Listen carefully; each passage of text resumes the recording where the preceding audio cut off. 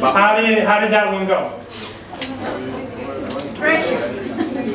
What was it? It was pressure. Pressure? Because he bring like 4 different scenarios, like 4 different situations that he's going on in his life while he want to drop. So it's like you just have to make him focus on this because he have a lot of idea what he want to do. Not school, but outside school, like joining the gang, like just going right up, dropping school and go pay money to just finish his degree for 10 months. Okay, you're gonna do that. Yeah. Joining a gang. A bike gang. Oh, I didn't know that was in this scenario, but you threw it in. You had your own little scenario working there. All right, I could do this. I could join a gang. All right. So he threw in the. How did you? Obviously, I feel proud. The bike gang might have not been up your alley. Right. The other thing, how did the other idea sound? The other idea is like it's fun to think like that because it's the pressure you have right now. But at the same time, like you can, like most of us, I'm not gonna say everybody, but most of us can have school like half paid by the government. So if you have that option, why you wanna go there and pay more money than you have to? And you say you have other expenses to do it. So it's like make him focus on what he can get out of here. Right. Like get there. Okay. Yeah, basically see like the benefits of that. So what we think about this scenario, right? Is students brought up the Allen School, and what was our take on that? Okay, I just try to increase like on the future, like when you go to the school, you just gonna have like this certificate. That's not really good compared to trying TV. So I try to tell my students that in order to stay focused on school, and the main problem is math. So I just try to help her with the math. Yeah. And they try observer give me really good advice like when do you try to go like to another school is still done until math, so it's not a really good, so it's not one. Right. So a student wants to do this Allen School, right? We're not sure. It sounds like, okay, I'm going to go to this place. All my problems are going to be worked out, right? What kind of school does this sound like? Proprietary. Does everybody know what that means? So we're talking about for-profit, right? And some of you might have the idea already. But this is sort of different because with these schools, there's a profit margin to be made. And believe it or not, right, all of our other schools are CUNY schools, even Columbia, Fordham, however much they might cost, these are nonprofit schools. So all the money goes into sort of making sure that institution runs, right, and gives you proper services as a student, right, as much as possible. With the for-profit schools, proprietary, sometimes we're concerned because there's a bottom line to make profit, and we don't always find that it goes into really giving the support services to students that they need. On top of that, some of these schools have been like extra shady, right? Have you guys, anybody can name one? Yeah. ASA, right? So ASA is one version, and sometimes we see these on the subways, right? Yeah. Very good marketing, right? We can see where some of the profit is going, right? Yeah, very right next to CUNY sometimes. So very like deliberate marketing. And the problems we've had with some of these is that, you know, there's been very unclear stuff about how much it's actually going to cost, how long it's actually going to take. So like, yeah, you can get all this stuff in 10 months, don't worry about it. And then it's like you read the fine print. It's like, you know, if you're going 40 hours a day, 8 days a week. Yeah. And also, like, they would say, oh, no, it's a credit school, and then the fine print says it's not accredited, you can transfer it. Yeah, we're not accredited in the specific program, that's right. Or So- accredited, like you can use the credits, but if you look at the list of schools where you can use the credits, they're like in Georgia and Florida. So there's that. Right. Hope you like Disney, bro. So that's true, and that's kind of that's just scratching the surface, right? There's been some really shady stuff with some of these schools. Some are better than others, but that's the thing is that when we have a student coming out, they're saying, I got this other school that I just heard about, and this is the easy way to get done with this. As these guys pointed out, it's not necessarily always easy. Doesn't mean they're going to get around their math requirements. Doesn't mean that they're not going to have other obstacles. And it might be getting them into something that's way more expensive, way less valuable as a degree, right? And it could be, you know, there could be something hidden there, right? That's a lot worse. So it's just to kind of keep that on our radar. And I think in some of your trainings here, they're going to have a little side session. You're going to talk more about these schools, identifying them, the list of those schools. and figure out a little more about them so you can sort of detect, right, and know what to talk about with students. I think it's a good point that you sort of caught some things up, right? They have this like, sort of silver bullet thing that's probably too good to be true. Any other stuff you wanted to add to that? So I just think that we will give you a list. We've collected the names of all the for-profit schools in the New York City area. So we'll give you that list. But I think Chana's point is, what are the red flags? And someone says, first of all, it's a school you've never heard of. If it's outside of the CUNY system, because it's no matter what, going to be more money. If they're being promised that it will take less time. If they're being told that they don't have to do like general ed or remedial requirements. Like there are a bunch of red flags to just listen for. We can give you the list, but you can also just do a little poking around as soon as they say that and say, I wonder if that's a good idea. And then if you hit the point where you just don't know that much more, like the scenario over here, this student was like, well, what do you know about a nursing degree? You're not in nursing. Then you say, okay, well, let's go talk to someone in the nursing program because they can help answer those questions. So you don't need to know all the answers, but you need to know the red flags. Keep in mind. All right, cool. So we're ready to do the last scenario, last role play. So again, switch. It's going to be, whoever hasn't done what? Success leaders over here. And you can bring up your old cards. You can drop them on the pad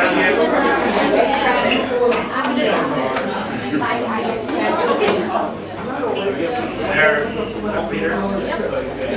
That he won't be back in time. As that, I mean, like, you can talk about, I'll try with this,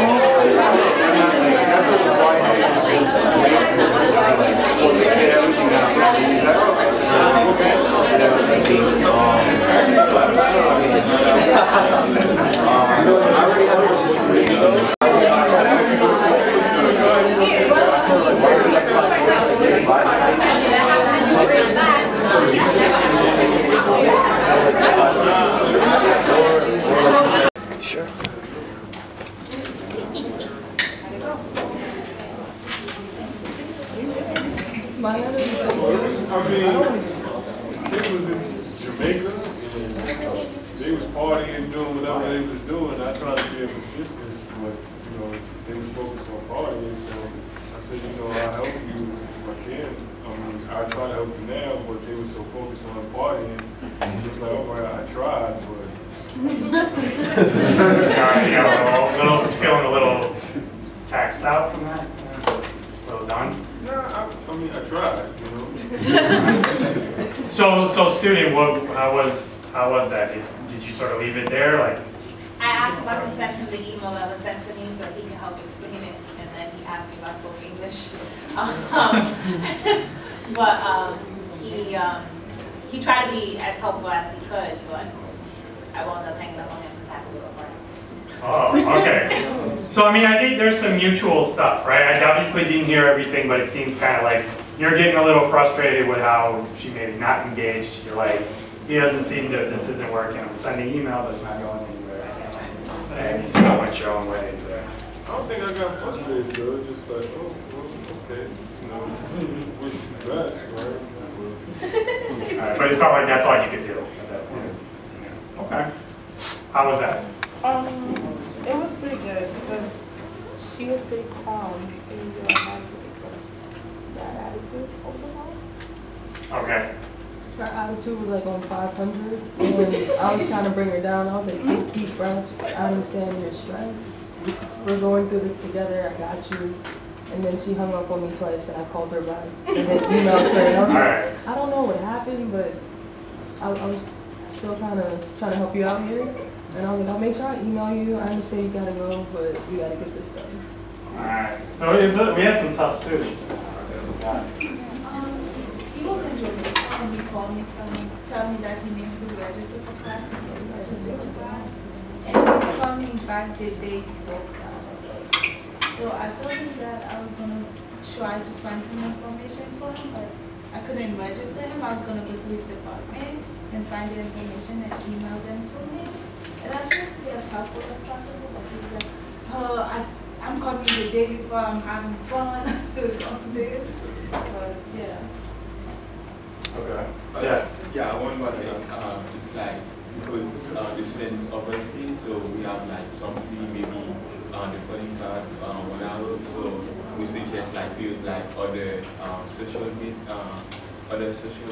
to communicate with the students. Like suggest if you have like Viber or WhatsApp, so we can just like share information. Okay, well, you took it to that level. All right, so yeah, how was that communication anyways, right? Our scenario's long distance. I saw a lot of this going on. Some people had their real cell phone. Right? Was that tough? Easier? Expensive? Yeah.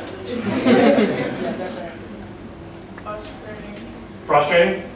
Why? Like, I don't have no money, like, got relatives, I'm like, I don't have relatives, I don't have time to buy me a flight ticket, I got you back when I come back to New York. You want some, no. Probably that language wasn't so much of a priority. Yeah. In this case, so it was really hard to get to repeat everything you said, just to clarify you understood, instead of just nodding or having that fire language. His home was important this time, much more important. Part of the cohesive.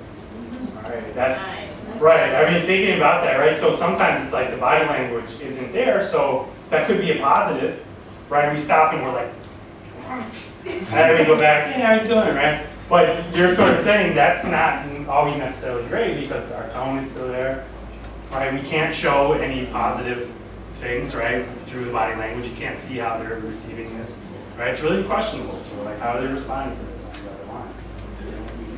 What do we do in this situation? So if we're not even in the scenario, what do we think is the appropriate help to give this student? Just curious. Is it possible to just like try to make sure that you get the information through the, because you can ask them what is their major and go to the office of like the major, the department of the major, and just tell them the student and ask her or him the student ID. So maybe they can help, like they can register him, like the classes, they can tell him what classes you should register, because anyway, I think if even you outside, as long as you can get to him first, you can register, but if they know the classes and everything they need to take, like you send them those information. So maybe if necessary, right, you can sort of do a little detective work there. It's like, if we're familiar with degree audits, right, in the major, the curriculum, we could have some of these answers for the student. I was going to mention that, Sandy mentioned that earlier, I said if they have internet access, and then you help them while they're in the phone, like tell them like where to go to register while they are using their internet. Because if they read their email, that's when you have internet access. So they could register while they are in the internet. Yeah, can we both look at it? Do you think the student would have done that? If you have, I mean, if you talk to them in a nice voice, like you are willing to help them, I think they'll cope with it. It's a good suggestion, right? And I'm thinking this case was particularly tough. We don't know if the student's going to stick around and do that. But those are some ways, right? Did anybody, what if we just have them forward the email to us? I think some people asked that. The one is the email, and the other one is the class registration, was full, right? Yeah. So part of it, what I'm just curious, is we don't really know what that email said. And that's something to consider, right? Like maybe would you at least mind forwarding it, right?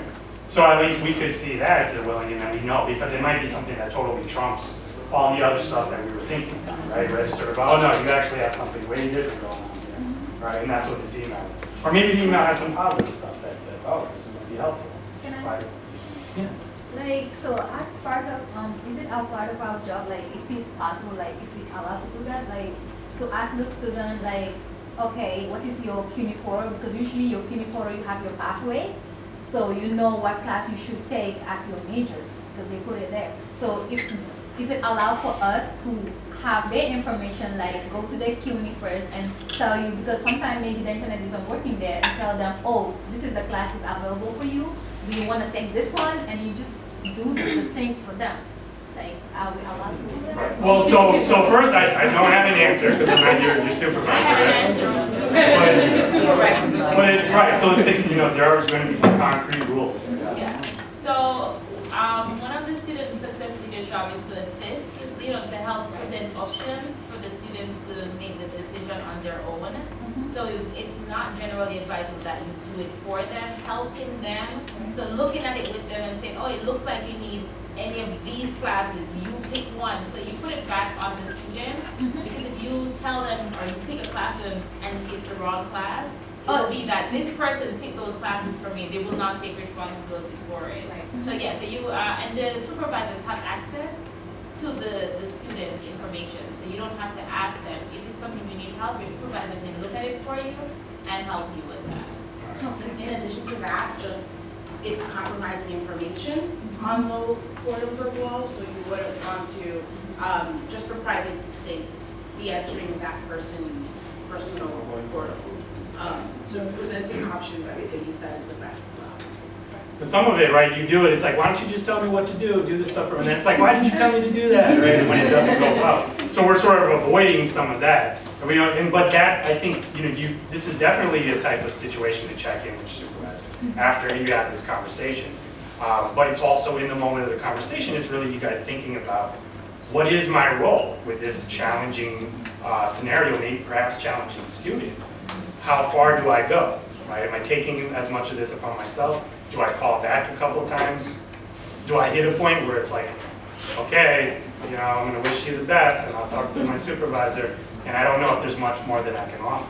But there's never going to be a straightforward answer to that kind of stuff. But it's sort of thinking about going back to some of the stuff that we went over and thinking about, like, what was an effective helper? What did the good helper do in those situations? Some people were saying, okay, they tried to help me figure out what my options were and what I could do rather than just doing it for me.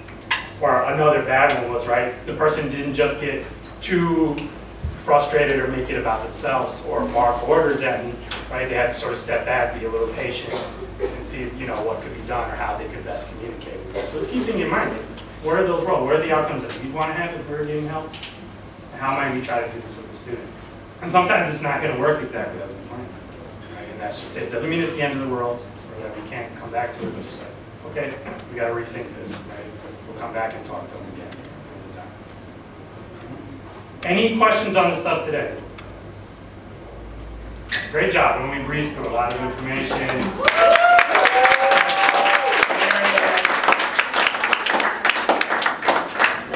You do have your handouts. Refer back to the communication responses, and when you first look at it, you're like, okay, a bunch of words. But sometimes if you reflect back, you just think about what you were doing. What do you think about these? Are they good or bad? And do some more scenarios on your own if you want to create some models. Because this stuff takes practice. Great, I enjoy working with all you guys. Right, the cards, we have our last scenario. Oh, wait. Oh, this is the last, there's one more? No. There's no more. Okay, so hold on, guys. The PowerPoint we thought was really great, and so we made copies of this. I'm going to hand it out. Unfortunately, we didn't have enough 3-hole punch, so you can just put it in the front pocket, or you can 3-hole punch it and add it into your binder. But it's just a good refresher when you're trying to, at your site, think about supporting students.